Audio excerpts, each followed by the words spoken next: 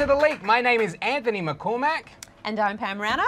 And I'm Pat McCaffrey. In the news this week, Resources Minister Matt Canavan has resigned from Cabinet after discovering he has Italian citizenship.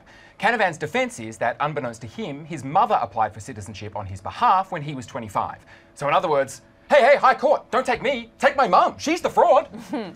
And in yet another dual citizenship debacle, Senator Malcolm Roberts' possible British citizenship is in question. Roberts denies the claim, saying he believed he was never British. When asked, the spokesperson for the British consulate also said, well, we chose to believe that he was never British as well. If Malcolm Roberts does go, the hot tip to replace him would be Pauline Hanson's sister, Judy Smith. There are, however, already concerns about Smith's eligibility for the Senate after her previous comments that she's extremely proud of her sister. In other news, for those of you who think your appliances are spying on you, they are! Roomba Vacuum is looking to sell data about your home to Amazon, Google, and Apple. Gee, that really sucks. They have access to all our dirt. Privacy doesn't exist in a vacuum. And that's our show. Thank you for being here tonight. High five! Yeah. Hey guys, remember Cecil the lion, the one that was killed by the dentist? Well, it turns out his son Xanda was also legally shot and left for dead by a trophy hunter. And 1 out of 10 dentists agree that that's okay. Funds from trophy hunting in Africa are actually used to protect animal habitats. It sounds counterintuitive because it is. You know, just like how your dentist punches you in the face and then treats you for your shattered molars. President Trump's claims he consulted with generals and military experts before attempting to ban transgender individuals from serving in the military has been challenged by the generals and military experts he supposedly consulted with. The chairman of the Joint Chiefs said there will be no modifications to the current policy, leaving out, of course, that any direction from President Trump needs to be rejected first by several different courts. And the new White House Communications Director, Anthony Scaramucci, hit the headlines after some comments he made about fellow White House staff. He is reported as claiming that he's nothing like Chief of Staff Reince Priebus because he's not a paranoid schizophrenic, and nothing like Chief Strategist Steve Bannon because I'm not trying to suck my own cock. Say what you will about Sean Spicer, but he never revealed what happens in Steve Bannon's me time. And closer to home, smoking will be banned in outdoor dining areas across Victoria starting October 1st. The good news for the 12% of Australians who still currently smoke, you can still quit. Well, following an independent review of the Australian intelligence community, it was announced that Immigration Minister and melting Jason Statham, Peter Dutton, would be appointed Minister for Home Affairs. And the review also recommended the formation of an Office of National Intelligence, or ONI. And that absorbs the Office of National Assessment, or ONA. And it also absorbs ASIO, AUSTRAC, AFP, ABF, ACIC, the OTA. Hey, wasn't Dutton a CO for the QPD? That fits his MO. Just on the QT, wasn't he a CO? He had a Biz BA from QUT, so he went MIA from QPD. Now he's LNP. Oh, I see. Well, as long as we're spitting out acronyms, I was rewatching the latest Bond movie, Spectre, the other day. Possible spoilers for a 2-year-old movie, but the bad guys wanted all the intelligence agencies together under one roof. So does this mean the Australian government is literally a Bond villain? Hey, at least Bond villains embrace their evil islands. Now, well, the government have been keen to stress an emphasis on accountability and that this is definitely not going to be some kind of Orwellian nightmare. It's going to be an Orwellian dream world. Yeah, because Dreamworld isn't a nightmare where people die. Let's talk about accountability, though. The ONA still falls under the remit of the Australian Commissioner for Law Enforcement Integrity, right? A group whose entire purpose is to keep the bastards honest. Yeah, and they fall under the authority of George Brandis, who works for Peter Dutton. Okay, but then there's also like the AFP, right? They investigate corruption and fraud. Who now fall under the authority of Peter Dutton. And if they didn't, they'd fall under Justice Minister Michael Keenan, who is now an advisor to Peter Dutton. So like the Nauru refugees of old, we're all now entirely in Dutton's hands. And critically, these agencies weren't even asking for this kind of change. There wasn't a problem in the first place. This is like The Rock getting pec implants. The problem it solves isn't with the agencies. It's an issue within the broader Liberal Party. See, Dutton wants a job that's bigger than Immigration Minister to make himself more prominent, and this is a way of Turnbull keeping Conservatives in the party happy. Why does he keep doing that, and like, to what end? Yeah, okay, so national security is being rolled into an aberrant mutation to appease one man's ego. And it's like the final form of when like the Power Rangers come together and they're trying to make Megazord, but instead these agencies have come together and just made a broken toilet. Peter Dutton is on that toilet, doing what he does best. And let's give him some time to do that. We'll be back after this.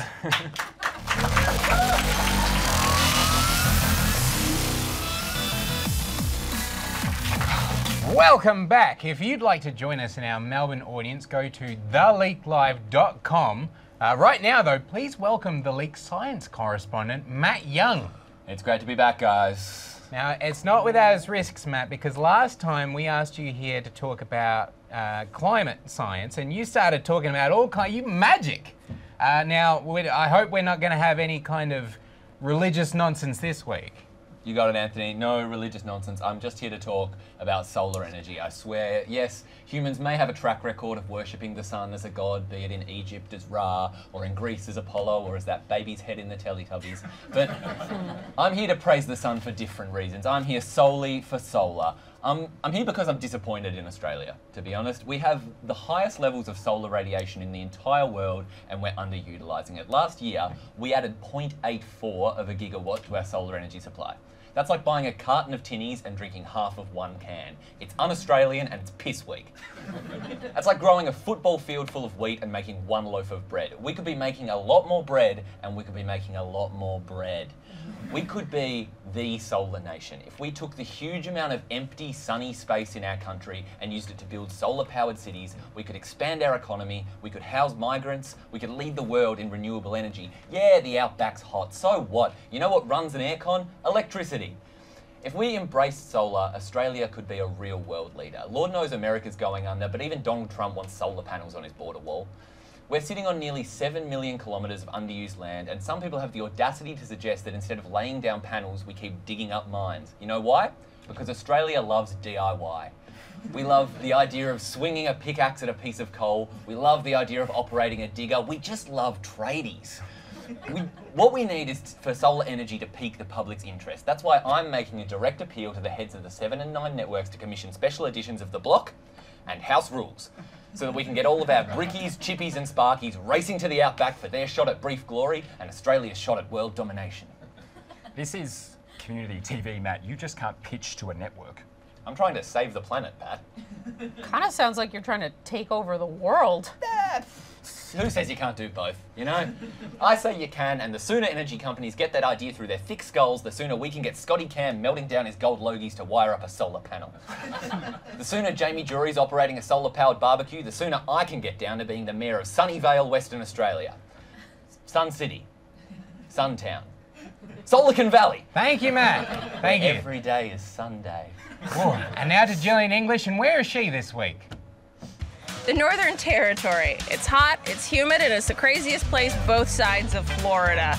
It's mostly known for its insane news headlines that you can see right here in this book that the NT News put out itself, What a Crock. There's a lot happening, and I wanted to know what the deal was, so I went to the Hotel Darwin to talk to locals about why the Northern Territory is so special. I bought every single paper this week. Been disappointed by a few. What was your favorite? The day we got here, it was 3 coins stuck in my groin, and it was a X-ray of this guy's groin, and you can see the 3 coins stuck in his groin. Man arrested after cops spot suspiciously small package in his undies. Story of our lives. It's the classic, I got a cracker in me clacker. Oh yeah? We have Territory Day here, we're allowed to let off fireworks, and every year there's always one person more than one person who makes an idiot of themselves, and one year, one went up a butt. It was good times. And he got 3rd-degree anal burns, which, yep. But the best part about that story is that he was one of 3 with the same condition that year. So we're lucky in the Northern Territory. If you're looking for a bloke, don't come here. Can you explain to us again what it was you were doing here? Surfing the tinny, so all you do is you flat stick the boat, and then you jump off the steering wheel and stand on the back of your engine and surf your boat in croc-infested waters. Okay, and did you fall off, or did you successfully surf your tinny? Oh, I successfully surfed the tinny many of times as well. Well, there you have it, folks. Who knows? Is it the humidity? Is it the general heat, the rain, the sharks, the crocodiles? Who knows? I actually don't really care. I've had a great time here in the Northern Territory, and I'm going to keep it going. Cheers. Julian English. Well, if the past couple of weeks have taught us anything, it's that our politicians have read Section 44 of the Constitution about as carefully as I read iTunes' terms and conditions. I mean, you hit I agree one too many times, then all of a sudden you end up spending every second Sunday making Happy Meal toys in a Beijing factory. But while it's clear we don't want our politicians to be dual citizens, what's less clear is what we do want our politicians to be. Because there are almost no job specifications to becoming a politician. And that's so that basically anyone can be a politician. Emphasis on basic. But it's actually great that almost anyone can be a politician, except that almost anyone isn't. Because while Parliament's improved in terms of representation of Indigenous Australians, the representation of gay and lesbian Australians, oh, come on, we are above that sort of cheap innuendo, okay? Thank you. The representation of gay and lesbian Australians and the representation of Christopher Pines, it could still be a lot more diverse. I mean, for starters, if the lower house was 100 people, then in a perfect world, there would be 50 women. And given that the lower house is in fact well over 100 people, why are there still only 43 women? Oh, quotas are the problem. No, you are. And the other problem is, obviously, this Parliament is also about as white as Season 5 of The Bachelor. But while those issues of representation are a problem, on a separate note, I'd like to focus on the professional backgrounds of politicians. As you can see from this graph, a lot of them are lawyers. And while I'm all for lawyers being employed in the building that changes laws, they do seem about as overrepresented as Natalie Imbruglia on Coles Radio. But there's another problem, as Ian Walker pointed out. If you take our Parliament, then take out anyone who was a student politician, anyone who's worked as a political staffer, and anyone who spent more than 5 years volunteering in political roles, you'd only have 20 politicians left. So while it's not written down anywhere, it seems there's just one job requirement to becoming a politician. Sell your soul and forsake all your hopes and dreams and spend every minute of your life working out how to become one. Just think of yourselves as Gollum, and the ring is a career in politics. And that's a real problem, because it gives us politicians like Christopher Pine, who's been in Parliament for over 20 years with a list of successful policy changes as long as my tolerance for Christopher Pine. Or Wyatt Roy, who entered Parliament aged 20 with nothing more than a can-do attitude and an incomplete political science degree. That's right, a university dropout from political science was still the closest thing the coalition's seen to an actual scientist in decades. And Sam Dastyari, who's famous outside the Labor Party for his memes, but inside the Labor Party for successfully branch stacking at 16, being the youngest person ever in charge of the New South Wales Labor Party, and being a power broker by 26. And while all that's impressive, albeit in a terrifying Cersei Lannister kind of way, ask yourself, how do any of those skills make you the right person to be in politics? Because all those skills do teach you is self-preservation. I mean, remember that time Sam Dastyari needlessly announced his position on the South China Sea, and that position was at odds with everyone else, and then we discovered that a Chinese donor had paid some travel and legal bills for Sam Dastyari? Well, inexplicably, the idea that an Australian politician's views could be basically bought by foreign money cost him 5 months on the sidelines. Because, you know, memes.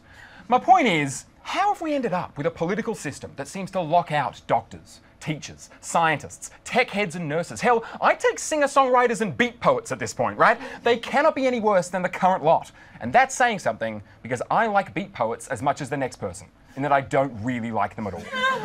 Because it doesn't have to be like this. Look at Ben Chifley, who as post-World War II Prime Minister established the Snowy Mountain Scheme, created the forerunner to Centrelink, the PBS, gave federal grants for social housing for the first time ever, and founded Qantas in 4 years, and he was a train driver. I'm just saying, a little more diversity in the backgrounds of our politicians could be a good thing. Although, maybe we could look at a ban on fish and chip shop owners just for the medium term.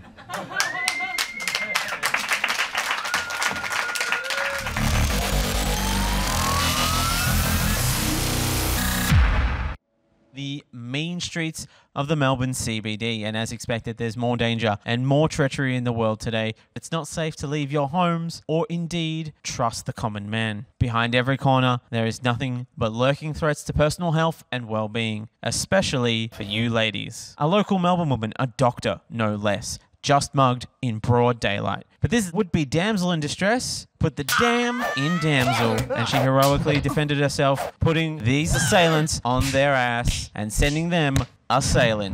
And here's the little lady right here. Pam, how are you doing? I'm jacked. I'm jacked to the tits. Wow. Pam, walk us through what happened. And please, don't spare the terrifying details. Oh, okay, well, I was leaving the office, and these guys came up to me, and they said, give us your bag. And I said, I can't. This bag has my whole life in it. And what was in the bag? Was it identity papers or maybe bank cards? Some money? No, just my phone and my moon cup. Extra large. Of course. Right. Yeah, well, the footage here, I've seen the footage, and it shows you fending off 3 assailants. Yeah, I went full brown beast mode on those guys. It was all solar plexus, instep, nose, groin. My friend Sandy B taught me that in Miss Congeniality. The incident report states that you broke 2 noses, crushed an eye socket, dislocated both shoulders on one man. Good luck jerking it. Indeed. Cracked a sternum and inverted 5 testicles, traumatically rupturing a 6th. Oh. I know! And I took an oath to do no harm, but adrenaline is a wild ride. It is a top hormone. Second only, of course, to estrogen! Sipping on estrogen and juice. That's what I always say. Oh, but Matt, can I just add something really quickly? Anything, Pam. This is your moment. Thank you. I know.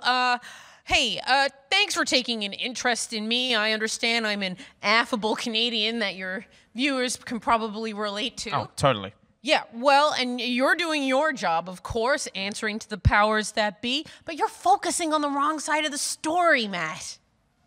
Yeah, I'm fine. What's wrong with those guys that they would even do something like this? Violence is a process. Assholes are created, not born. Sure, you've got your odd exceptions like your Donalds and your Paulines, but overall people are pretty good. Okay, now look, I know the question that you're gonna ask next. Do I forgive these guys? I'm not talking about forgiveness. I'm talking about something much more pertinent. I'm talking about understanding.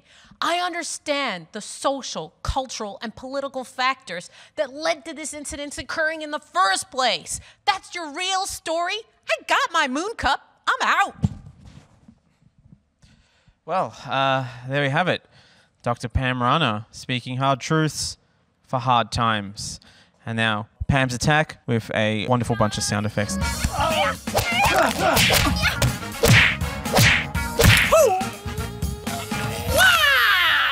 Oh my God. It really happened. All that happened. And mainstream media continues to be disappointing, with stats from Screen Australia indicating Australian television fails to reflect the diversity of our actual population. So here's a question, guys. Do we at The Leak represent diversity? I'm taller than average height. And I am, of course, Canadian. I'm gluten-free. I know that counts for something. This is about minorities, Anthony. Well, we'll keep searching. But right now, to Martin Ingle in Queensland, where it's becoming a little harder to party. In an effort to target alcohol-fueled violence, in 2016 the Queensland Parliament passed legislation which meant partygoers would need to try a whole lot harder to get safely shit-faced in the valley.